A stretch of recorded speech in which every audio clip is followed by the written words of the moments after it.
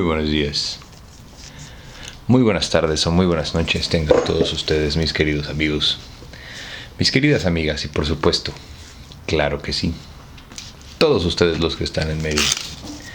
Bienvenidos una vez más a tu programa favorito, el Círculo de Lectura. Y estamos aquí reunidos para continuar con El Señor de los Anillos, lectura de J.R.R. Tolkien. Llegamos por fin al capítulo número 10. Si no me equivoco, el último capítulo del libro quinto. Así es, el último capítulo del libro quinto. Acabamos con esta gran parte de la historia. Para todos los que preguntan qué va a pasar con este libro, preparaos, que estamos leyendo fantasía. Entonces, muchas gracias a ustedes por venir a su ejercicio de resistencia cultural favorito. Yo soy Barbitas, y sin más por el momento, ni preámbulos estúpidos que no te importan. Esto es J.R.R. Tolkien, El Señor de los Anillos, libro quinto, capítulo 10.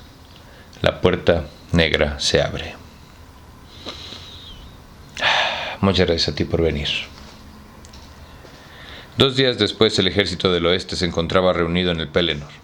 Las huestes de orcos y hombres del este se habían retirado a la Lórien, pero hostigados y desbandados por los Rohirrim, habían huido casi sin presentar batalla hacia Cair Andros. Destruida, pues, esa amenaza, y con las nuevas fuerzas que llegaban del sur, la ciudad estaba relativamente bien defendida.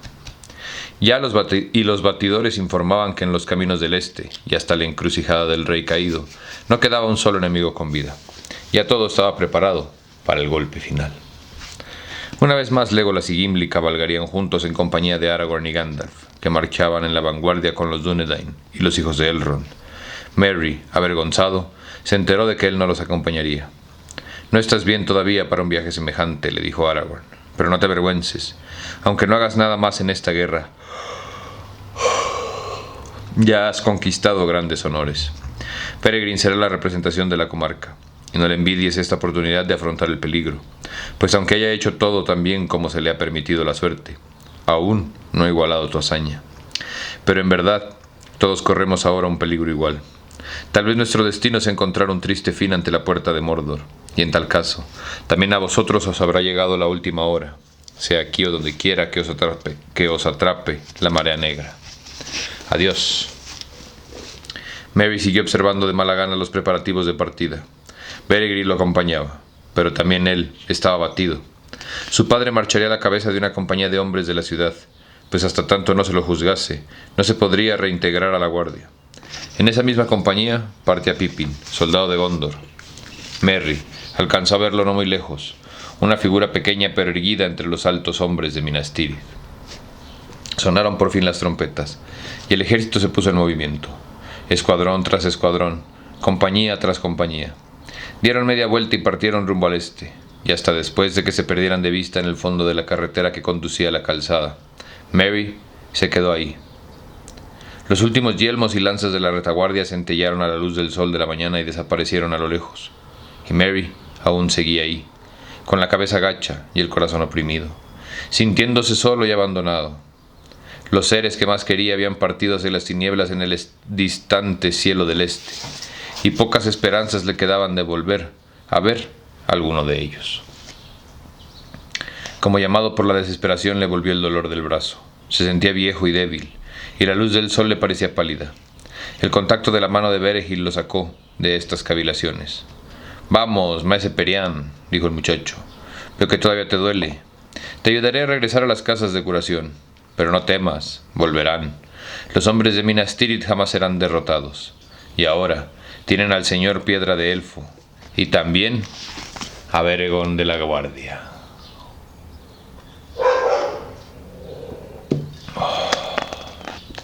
El ejército llegó a Osgiliath antes del mediodía. Ahí, todos los operarios y artesanos disponibles estaban ocupados. Algunos reforzaban las barcazas y los puentes que el enemigo había construido y destruido en parte al huir. Otros almacenaban los víveres y recogían el botín, y otros levantaban deprisa obras de defensa a la margen oriental del río. La vanguardia pasó por las ruinas de la antigua Gondor, y luego por encima del ancho río, y tomó el camino largo y recto construido en otros días ante la hermosa Torre del Sol y la elevada Torre de la Luna. Y ahora, convertida en Minas Morgul, en el Valle Maldito, 5 leguas más allá de Osgiliath se detuvieron, concluyendo la primera jornada de marcha. Pero los jinetes continuaban avanzando, y antes de la noche habían llegado a la encrucijada y al gran círculo de árboles. Ahí todo era silencio. No se veían rastros del enemigo, ni se escuchaban gritos ni clamores. Ni un solo dardo había volado desde las rocas o los matorrales próximos. Y sin embargo, mientras avanzaban, sentían cada vez más que la tierra vigilaba alrededor. Los árboles, las piedras y el follaje, las briznas de hierba, todo parecía escuchar. La oscuridad se había disipado y el sol se ponía a lo lejos en el valle del Anduin, y los picos blancos de las montañas se arrebolaban en el aire azul. Pero había una sombra y una tiniebla sobre los del Efelduad. Apostando a las trompetas del ejército, a cada uno de los 4 senderos que se desembocaban en el círculo de árboles, Aragorn ordenó que tocasen una gran fanfarria, y a los heraldos que gritasen: «Los señores de Gondor han vuelto, y han rescatado estos territorios que les pertenecen». Y la horrorosa máscara de orco sobre la mutilada estatua de piedra fue arrojada al suelo y rota en 1000 pedazos. Y recogiendo la cabeza del viejo rey, todavía coronada de flores blancas y doradas, la colocaron de nuevo en su sitio, y limpiaron y borraron todas las inscripciones inmundas que los orcos habían puesto en la piedra. Durante el debate, algunos habían aconsejado que Minas Morgul fuese el primer blanco, que si lograban tomarla, la destruyesen totalmente, sin dejar piedra sobre piedra. Y acaso, había dicho Imrahil, el camino que desde ahí conduce al paso entre las cumbres sea una vía de ataque del Señor Oscuro más accesible que la Puerta del Norte. Pero Gandalf se había opuesto terminantemente, no solo a causa de los maleficios que pesaban sobre el valle, donde las mentes de los vivos enloquecían de horror, sino también por las noticias que había traído Faramir. Porque si el portador del anillo había en verdad intentado ese camino, era menester por sobre todas las cosas no atraer hacia ahí la mirada del ojo de Mordor. Y al día siguiente, cuando llegó el grueso del ejército, pusieron una guardia numerosa en la encrucijada para contar con alguna defensa, en caso de que Mordor mandase fuerzas a través del paso de Morgul o enviara nuevas huestes desde el sur. Para esta guardia, escogieron arqueros que conocían los caminos de Ithilien. Permanecería oculta en los bosques y pendientes del cruce de caminos. Pero Gandalf y Aragorn cabalgaron con la vanguardia hasta la entrada del valle de Morgul y contemplaron la ciudad maldita. Estaba a oscuras y sin vida, porque los orcos y las otras criaturas innobles que habitan ahí habían perecido en la batalla, y los Nazgûl estaban fuera. No obstante, el aire del valle era opresivo, cargado de temor y hostilidad. Destruyeron entonces el puente siniestro, incendiaron los campos malsanos y se alejaron.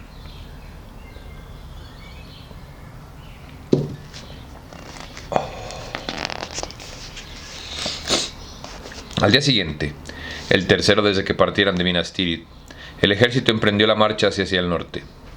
Por esa ruta, la distancia entre la encrucijada y el Morannon era de unas 100 millas, y lo que la suerte podía depararles antes de llegar tan lejos, nadie lo sabía. Avanzaban abiertamente pero con cautela, precedidos por batidores montados, mientras otros exploraban a pie los flancos del camino, y más los del lado oriental, porque ahí se extendía un boscaje sombrío y una zona anafractuosa de barrancos y despeñaderos rocosos, y detrás se alzaban las laderas largas y empinadas del Efelduad. El tiempo del mundo se mantenía apacible y hermoso, y el viento soplaba aún desde el oeste, pero nada podía disipar las nieblas de las brumas que se acumulaban alrededor de las montañas de la sombra, y por detrás de ellas brotaban intermitentemente grandes humaredas que se elevaban y quedaban suspendidas flotando en los vientos de las cumbres. De tanto en tanto, Gandalf hacía sonar las trompetas y los heraldos pregonaban: «Los señores de Gondor han llegado, que todos abandonan el territorio o se sometan». Pero Imrahil dijo: «No digáis los señores de Gondor, decid el rey Eleazar, porque es la verdad, aunque no haya ocupado el trono todavía, y dará más que pensar al enemigo, si así lo nombran los heraldos». Acuérdate que siempre en las batallas de la vida, si algo tienes que hacer, es distraer a tu enemigo y no darle la información completa, güey. Sí, siempre tienes un enemigo. Generalmente eres tú mismo. Pero también hay algunos ojetes allá afuera. Y a partir de ese momento, 3 veces al día proclamaban los heraldos la venida del rey Eleazar. Mas nadie recogía el desafío. No obstante, aunque en una paz aparente, todos los hombres marchaban oprimidos desde el más encumbrado al más humilde, y cada milla que avanzaban hacia el norte, más pesaban sobre ellos unos presentimientos funestos. Al final del segundo día de marcha, de la encrucijada, tuvieron por primera vez la oportunidad de una batalla. Una poderosa hueste de orcos y hombres del este intentó hacer caer una emboscada a las primeras compañías. El paraje era el mismo en el que Faramir había acechado a los hombres de Harad, y el camino atravesaba una estribación en las montañas orientales y penetraba en una garganta estrecha. Pero los capitanes del oeste, oportunamente prevenidos por los batidores, un grupo de hombres avanzados de Henedanun, bajo la conducción de Mablung, les hicieron caer en su propia trampa, desplegando la caballería en un movimiento envolvente hacia el oeste. Los sorprendieron por el flanco y por la retaguardia, destruyéndolos o obligándolos a huir a las montañas. Sin embargo, la victoria no fue suficiente para reconfortar a los capitanes. No es más que una treta, dijo Aragorn. Lo que se proponían, sospecho, no era causarnos grandes daños, no por ahora, sino darnos una falsa impresión de debilidad e inducirnos a seguir adelante. Esa noche volvieron los Nazgûl, y a partir de entonces vigilaron cada uno de los movimientos del ejército. Volaban siempre a gran altura, invisibles a los ojos de todos excepto los de Legolas, pero una sombra más profunda, un oscurecimiento del sol los delataba, y si bien no se abatían sobre sus enemigos y se limitaban a acecharlos, en silencio, ni un solo grito, un miedo invencible los dominaba a todos. Así transcurría el tiempo, y con ese viaje sin esperanzas, el cuarto día de marcha desde la encrucijada, y el sexto desde Minas Tirith, llegaron a los confines de las tierras fértiles y comenzaron a internarse en los páramos que precedían a las puertas del paso de Cirith Gorgor, y divisaron los pantanos y el desierto que se extendía al norte y al oeste hasta los Emin Muil. Era tal la desolación de aquellos parajes, tan profundo el horror, que una parte del ejército se detuvo amilanada, incapaz de continuar, avanzando hacia el norte, ni a pie ni a caballo.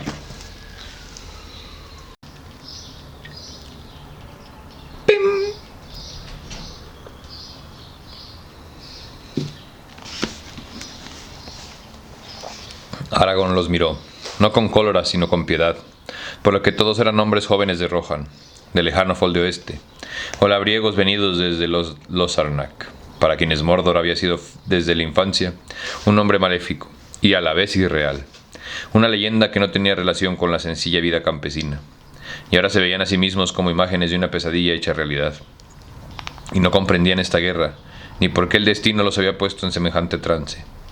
«Volved», les dijo Aragorn, «pero tened al menos un mínimo de dignidad y no huyáis, y hay una misión que podréis cumplir para atenuar en parte vuestra vergüenza. Id por el sudoeste hasta Cair Andros, y si aún está en manos del enemigo como lo sospecho, reconquistadla si podéis, y resistir allí hasta el final, en defensa de Gondor y Rohan». Abochornados por la indulgencia de Aragorn, algunos lograron sobreponerse al miedo y seguir adelante. Los demás partieron, alentados por la perspectiva de una empresa honrosa, y a la medida de sus fuerzas, y así, con menos de 6.000 hombres, pues ya habían dejado muchos de la encrucijada, los capitanes del oeste, marcharon al fin a desafiar la Puerta Negra y el poder de Mordor. Tan, tan, tan, tan. ¿Te acuerdas cuando hace un año aproximadamente me esguincé el codo, niñera? Pues hace tanto nos conocemos ya. Ah, no, la vez pasada me zafé el codo, güey. Ahora me esguincé la muñeca, ñero. Jugando fútbol. No somos nada, pinche deporte feo, y todavía me lastimo, güey. Pero bueno, me tocó porterear. Había que darlo todo. No podíamos permitir que los chavos ganaran. Y por supuesto que ganamos. Un poco por abuso de autoridad y un poco porque somos pésimos en el fútbol. Amén. Pero la neta me dio comezón, güey. Mira cómo se hace. Horrible, horrible. Pobrecita de mí. En fin.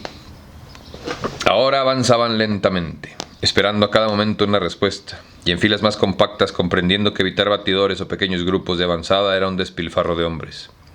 Al anochecer del quinto día de viaje desde el valle de Morgul, prepararon el último campamento y encendieron las hogueras alrededor con las pocas ramas y malezas secas que pudieron encontrar. Pasaron en vela las horas de la noche y alcanzaron a ver unas formas indistintas que iban y venían en la oscuridad, y escucharon aullidos de los lobos. El viento había muerto y el aire de la noche parecía encantado. Apenas veían, pues aunque no había nubes, y la luna creciente era de 4 noches. Humos y emanaciones brotaban de la tierra, y las nieblas de Mordor amortajaban el creciente blanco. Empezaba a hacer frío. Al amanecer, el viento se levantó otra vez, ahora desde el norte, y no tardó en convertirse en un hálito helado.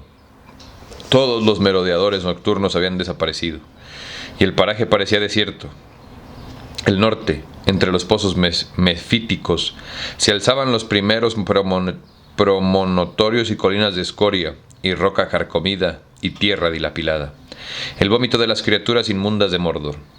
Pero ya cerca en el sur, asomaba el baluarte de Cirith Gorgor, y en el centro mismo de la Puerta Negra, flanqueada por las 2 torres de los dientes, altas y oscuras, porque en la última etapa los capitanes, para evitar posibles emboscadas en las colinas, se habían desvistado del viejo camino en el punto en el que se curvaba hacia el este, y ahora, como lo hiciera antes Frodo, se acercaban al Morannon desde el noreste.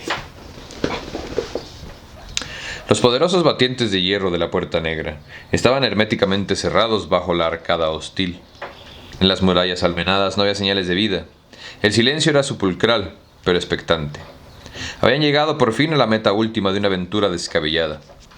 Y ahora, la luz gris del alba, contemplaban descorazonados y tiritando de frío aquellas torres y murallas que jamás podrían atacar con esperanzas, ni aunque hubiesen traído consigo máquinas de guerra de mucho poder, y las fuerzas del enemigo apenas alcanzasen a defender la puerta y la muralla.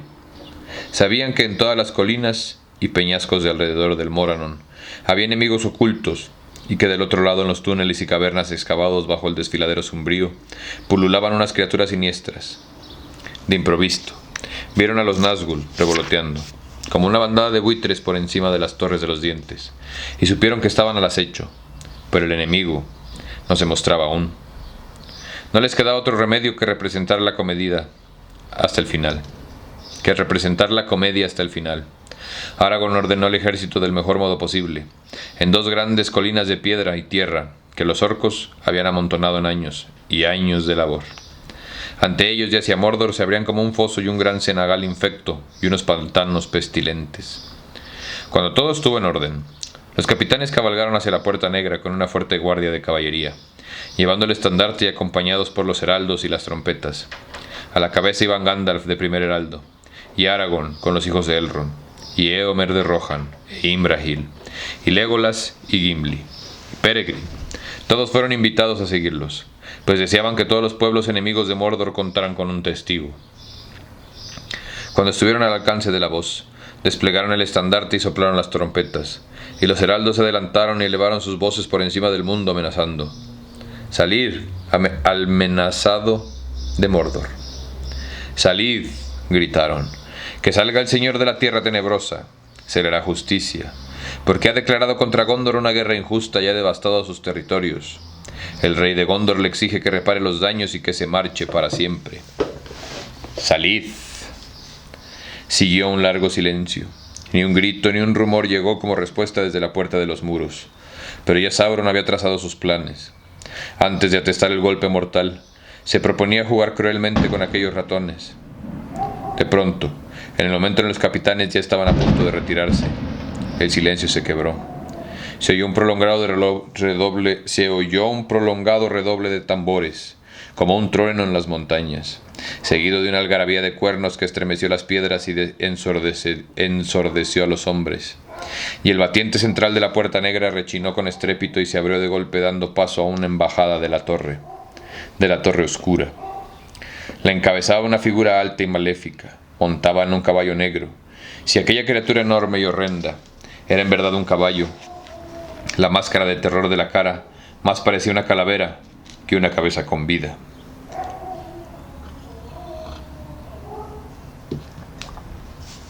y echaba fuego por las cuencas de los ojos y por los hollares. Un manto negro cubría por completo al jinete, y negro era también el yelmo de cimera alta.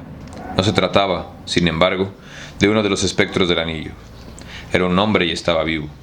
Era el lugarteniente de la torre de Barad-dûr, y ninguna historia recuerda su nombre porque hasta él lo había olvidado. Y decía: yo soy la boca de Sauron. Pero se murmuraba que era un renegado, descendiente de los Númenóreanos negros, que se habían establecido en la Tierra Media durante la supremacía de Sauron. Veneraban a Sauron, pues estaban enamorados de las ciencias del mal. Había entrado al servicio de la Torre Oscura en tiempos de la primera reconstrucción, y con astucia se había elevado en los favores del Señor. Y aprendió los secretos de la hechicería, y conocía muchos de los pensamientos de Sauron, y era más cruel que el más cruel de los orcos. Este era pues el personaje que ahora avanzaba hacia ellos con una pequeña compañía de soldados de armadura negra, y enarbolado con un único estandarte negro, pero con el ojo maléfico pintado en rojo. Deteniéndose a pocos pasos de los capitanes del oeste, los miró de arriba abajo y se echó a reír. ¿Hay en esta pandilla alguien con autoridad para tratar conmigo?, preguntó. ¿O en verdad con seso suficiente como para comprenderme? No tú, por cierto, se burló volviéndose a Aragorn, con una mueca de desdén. Para ser un rey no basta con un trozo de vidrio élfico y una chusma semejante. Si hasta un bandolero de las montañas puede reunir un séquito como el tuyo. Aragorn no respondió, pero clavó en otro la mirada y la sostuvo. Y así lucharon un momento ojo contra ojo. Pero pronto, sin que Aragorn se hubiese movido, ni llevara la mano a la espada, el otro retrocedió acobardado, como bajo la amenaza de un golpe. Soy un heraldo y un embajador, y nadie debe atacarme, gritó. ¿Dónde mandan esas leyes?, gritó Gandalf. También es costumbre que los embajadores sean menos insolentes. Nadie te ha amenazado. Nada tienes que temer de nosotros hasta que hayas cumplido tu misión. Pero si tu amo no te ha pedido nada nuevo, correrás entonces un gran peligro. Tú y todos los otros servidores. Ah, dijo el emisario, de modo que tú eres el portavoz. Viejo barba gris, no hemos oído hablar de ti de tanto en tanto, y de tus andanzas siempre tramando intrigas y maldades a una distancia segura. Pero esta vez has metido demasiado la nariz, maese Gandalf, y ya verás que le espera a quien eche unas redes insensatas a los pies de Sauron el Grande. Traigo conmigo testimonios que me han encomendado mostrarte, a ti en particular, si te atrevías a venir aquí. Hizo una señal y un guardia se adelantó llevando un paquete envuelto en lienzos negros. El emisario apartó los lienzos, y ahí, ante el asombro y la consternación de todos los capitanes, levantó primero la espada corta de Sam, luego una capa gris con un broche élfico, y por último, la cota de malla de Mithril que Frodo vestía bajo las ropas andrajosas. Una negrura repentina cegó a todos, y en un momento de silencio pensaron que el mundo se había detenido, pero tenían los corazones muertos y habían perdido la última esperanza. Pippin, que estaba detrás del príncipe Imrahil, se precipitó hacia adelante, ahogando un grito de dolor. «¡Silencio!», le dijo Gandalf con severidad, mientras lo empujaba hacia atrás, pero el emisario estalló en una carcajada. «Así que tenéis con vosotros a uno de esos trasgos», gritó. «¿Qué utilidad les encontráis? No lo sé. Pero enviarlos a Mordor como espía sobrepasa vuestra invertebrada invisibilidad. Sin embargo, tengo que darle las gracias, pues es evidente que ese alfeñique ha reconocido los objetos. Y ahora sería inútil que pretendieras desmentirlo». «Yo no pretendo desmentirlo», dijo Gandalf, «y en cara de uno de ellos, y tú». «Yo no pretendo desmentirlo», dijo Gandalf, «y en verdad, yo mismo los conozco, así como la historia de cada uno de ellos. Y tú, inmundo boca de Sauron, a pesar de tus sarcasmos, no puedes decir otro tanto. Mas, ¿por qué los has traído? Cota de malla de enano, capa élfica, hoja forjada en el derrotado oeste, y espía de ese territorio de ratas, la comarca. No, calma, bien lo sabemos. Estas son las pruebas de una conspiración. Y bien, tal vez quien llevaba estas prendas es alguien que no lamentaríais perder, O tal vez sí.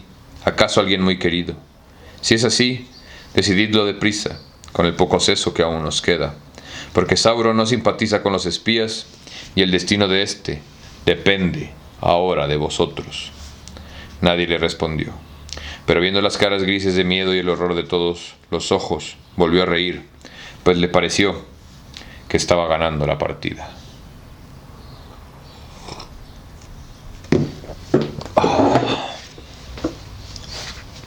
Magnífico, magnífico, exclamó. Veo que era alguien muy querido. ¿O acaso la misión que llevaba era tal que no querríais que fracasara?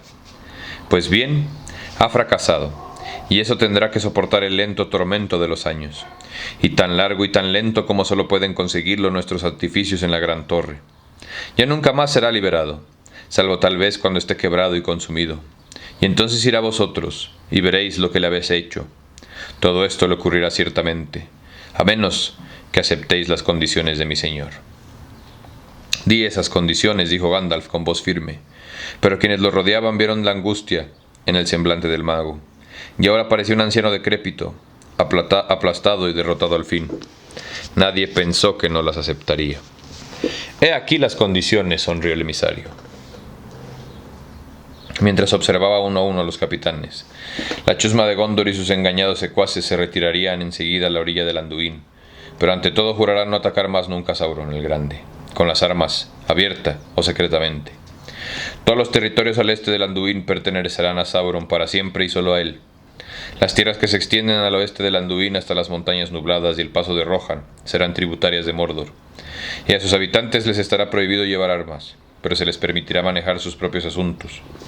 No obstante, tendrán la obligación de ayudar a reconstruir Isengard, que ellos destruyeron para nada, y la ciudad pertenecerá a Sauron, y ahí residirá el lugarteniente de Sauron, no Saruman, sino otro, más digno de confianza. Mirando los ojos del emisario era fácil leerle el pensamiento.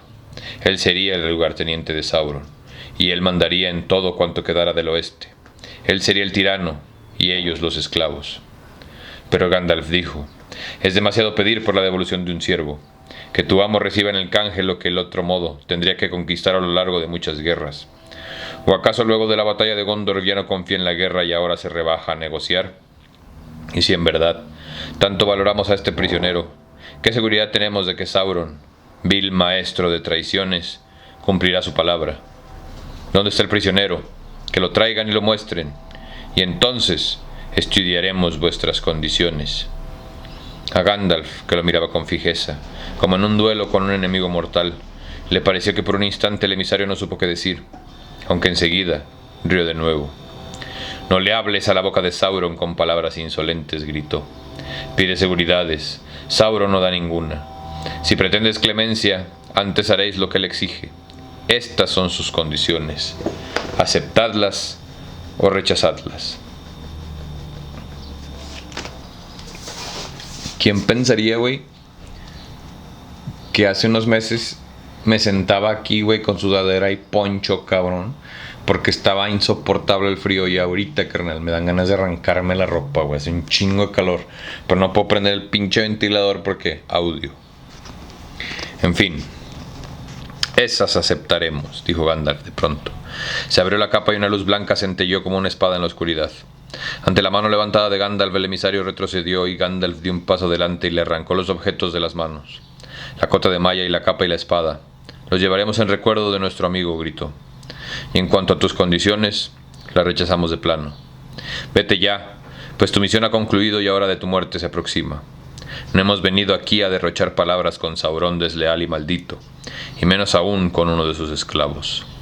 ¡Vete! El emisario de Mordor ya no se reía. Con la cara crispada por la estupefacción y la furia, parecía un animal salvaje que en el momento en el que se agazapa para saltar sobre la presa, recibió un garrotazo en el hocico. Loco de rabia, echó baba por la boca, mientras unos sonidos de furia se le estrangulaban en la garganta. Pero miró los rostros feroces y las miradas mortíferas de los capitanes, y el miedo fue más fuerte que la ira. Dando un alarido se volvió, trepó de un salto a su cabalgadura y partió en desenfrenado galope hacia Cirid Ungol. Cirid Gorgor. Entonces, mientras se alejaban, los soldados de Mordor soplaron los cuernos y respondieron una señal convenida. y no había llegado aún a la puerta cuando Sauron soltó la trampa que había preparado. ¡Pam, pam, pam!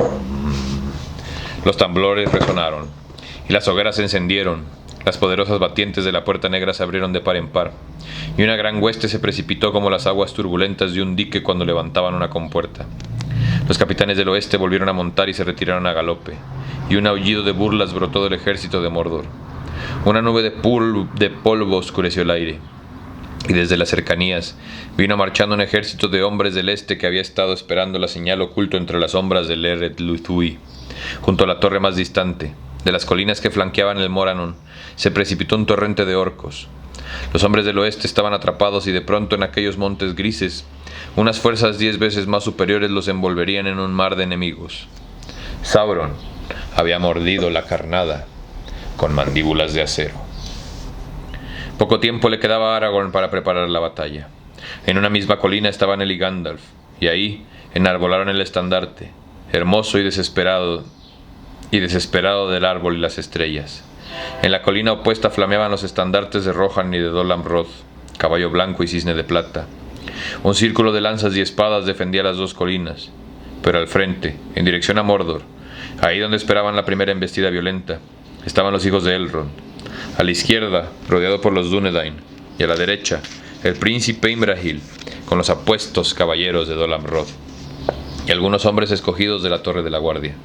Soplaba el viento, cantaban las trompetas, y las flechas gemían, y el sol, que ahora subía hacia el sur, estaba empañado por los vapores infectos de Mordor. Brillaba remoto, tétrico y bermejo, como a la hora postrera de la tarde, o a la hora postrera de la luz del mundo. Y a través de la bruma cada vez más espesa, llegaron con sus voces frías los Nazgûl, gritando palabras de muerte. Y entonces, la última esperanza se desvaneció. Espérenme, porque ahora sí el pinche tren está haciendo mucho escándalo, no sé si lo oigan ustedes.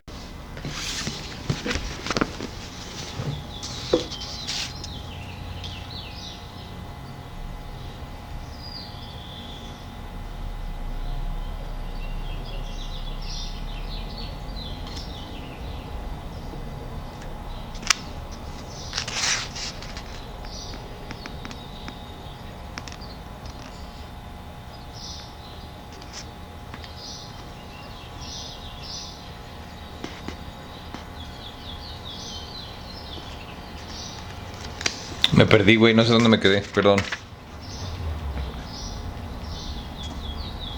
Soplaba el viento, cantaban las trompetas y las flechas gemían. El sol, que ahora subía hacia el sur, estaba empañado por los vapores infectos de Mordor. No me acuerdo dónde me quedé, güey.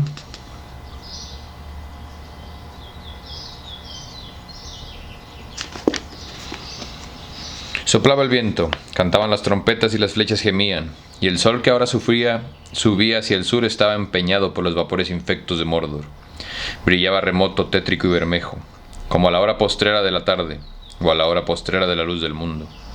Y a través de la bruma cada vez más espesa llegaron con sus voces frías los Nazgûl, gritando palabras de muerte. Y entonces, la última esperanza se desvaneció. Cuando oyó Gandalf rechazar las condiciones del emisario, condenando a Frodo al tormento de la torre, Pippin se dobló hacia adelante aplastado por el horror, pero había logrado sobreponerse y ahora estaba de pie junto a Beregond en la primera fila de Gondor, con los hombres de Imrahil, pues pensaba que lo mejor sería morir cuanto antes y abandonar aquella amarga historia, ya que la ruina era total. Ojalá estuviera Merry aquí, se oyó decir, y se le cruzaron unos pensamientos rápidos, aún mientras miraba al enemigo que se precipitaba al ataque. Bien, ahora al menos comprendo un poco mejor al pobre Denethor. Si hemos de morir, ¿por qué no morir juntos, Merry y yo? Sí, pero él no está aquí, y ojalá tenga entonces un fin más apacible.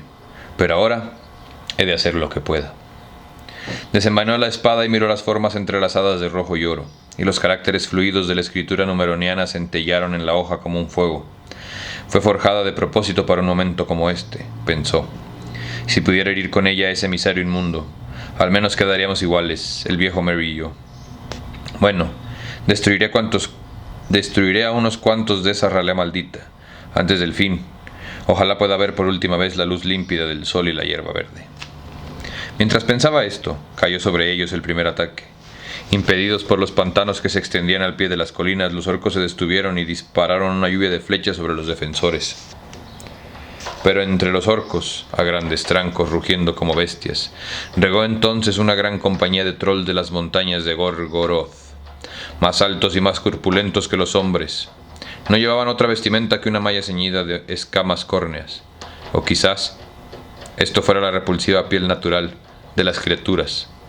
Blandían escudos enormes, redondos y negros, y las manos nudosas empañaban martillos pesados. Saltaron a los pantanos sin arredrarse, y los vadearon aullando y mugiendo mientras se acercaban como una tempestad.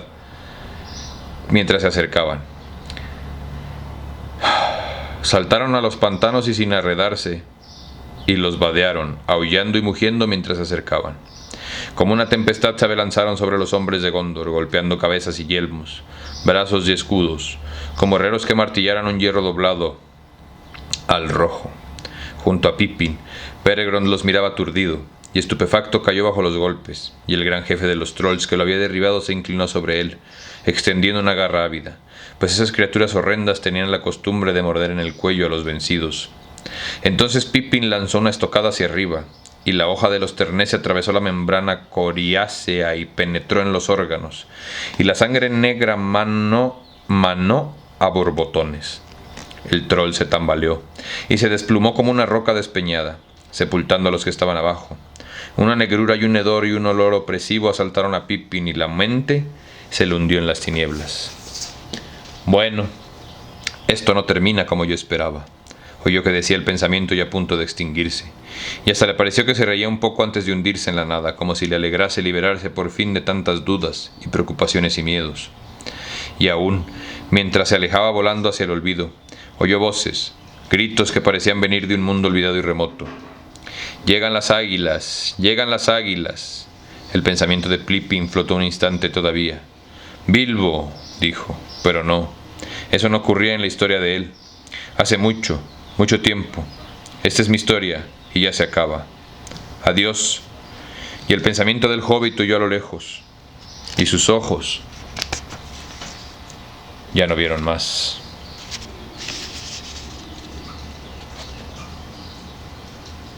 Y con eso, mi querido, mi querida. ¿Viste qué bonito tronó? No manches. Y con eso, mi querido, mi querida, llegamos al final del libro quinto. Pasamos por fin al final de la saga, al libro sexto. Además, qué bonito número, güey. Porque decía mi amigo Nicolás Tesla que si conoces el 3 y entiendes el 6 y entiendes al 9, entiendes al universo. Entonces dejen de tenerle miedo a las matebrúticas, bebés. Mejor encuentren a alguien que les pueda explicar de una manera consciente. Muchas gracias a ti por venir, güey. La verdad, me encanta. No sabía qué esperar de este capítulo.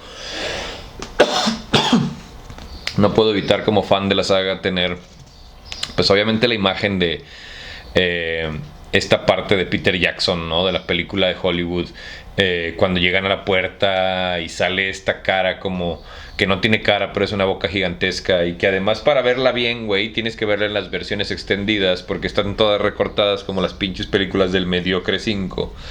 Pero bueno, se me hace una historia fantástica y maravillosa, y que además toca muchísimos temas, güey. O sea, si tienes un peso de cultura general, te la vas a pasar bien. Si tienes 5 pesos de cultura general, te la vas a decir, cabrón, espérate, güey. Si tienes 25 pesos de cultura general, güey, te van a causar muchas dudas y vas a abrir muchas líneas de investigación, güey. Y a partir de Tolkien creo que podríamos hacer unas pinches tesis bien interesantes de discusión sobre tanto la comprensión que tenía el hombre en su época sobre la manera de la cosmovisión de la gente, ¿no? Pero también cómo este cabrón ha ido gestionando una nueva cosmovisión, güey. Y si solamente falta un grupo de personas con el suficiente fanatismo para convertirse en Israel, perdón, en la Tierra Media, güey. Y entonces decir que este libro les promete y les dice, güey, todas esas cosas, ¿no? O sea, ¿qué es lo que separa a estos libros fantásticos de fantasía? Perdón, no le quiero hacer daño a nadie ni ofender a nadie, pero de estos, güey, de la Biblia, güey, ¿no? ¿En dónde empieza el género fantástico? ¿Y dónde termina? ¿Quién lo define? ¿Y por qué no somos tú y yo los que decidimos? Muchísimas gracias a ti por venir a tu ejercicio de conspiración favorito. Yo soy Barbitas. Tú, sé tu mejor versión. Y que los demás se vayan a la verga. Muchísimas gracias a ti por venir. Nos vemos pronto.